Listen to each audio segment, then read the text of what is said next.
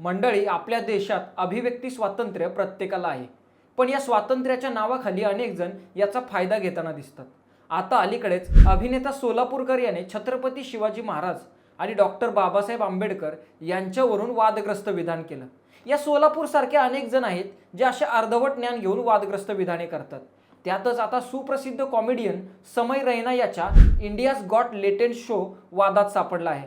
रणवीर अलाहाबादिया या सुप्रसिद्ध यूट्यूबरच्या वक्तव्यामुळे हा वाद चांगलाच निर्माण झालाय। नक्की काय प्रकरण आहे पाहूया।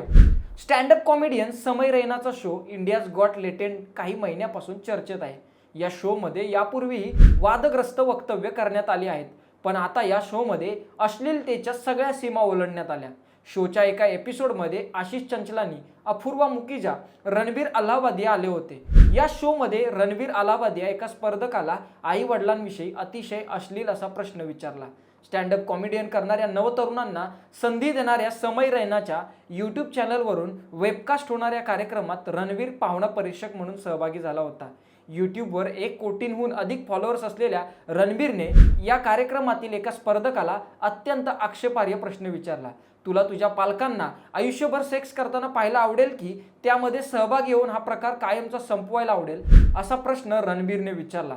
या शो मध्ये सोशल मीडियावरील स्टार असलेले आशिष चंचलानी, जसप्रीत सिंग, अपूर्व मुखिजाही सहभागी झाले होते, परंतु यानंतर त्याच्यावर जोरदार टीका झाली। त्यानंतर त्याने माफी सुद्धा मागितली, परंतु राज्याचे मुख्यमंत्री देवेंद्र फडणवीसांनी यावर प्रतिक्रिया दिल्यानंतर पोलिसांनी आता या शोच्या आयोजकांवर व या यूट्यूबरवर गुन्हा दाखल केला आहे।